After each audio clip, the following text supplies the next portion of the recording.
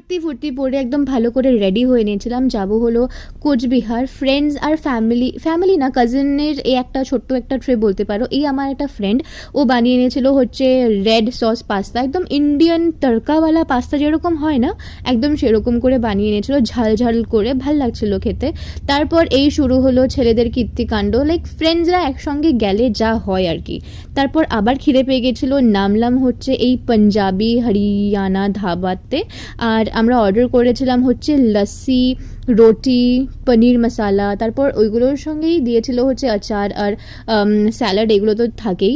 আর আমার ফ্রেন্ড একটা আছে, ও লাইক 2 গ্লাস অবধি খেয়েছে লস্যি, মানে এতটাই ভালো ছিল। দেন আমরা পৌঁছে গেলাম কোচবিহার। ডিনার ওয়াজ লাইক খুব ভালো হয়েছিল, একদম বিয়ে বাড়ির খাওয়া খেয়েছি।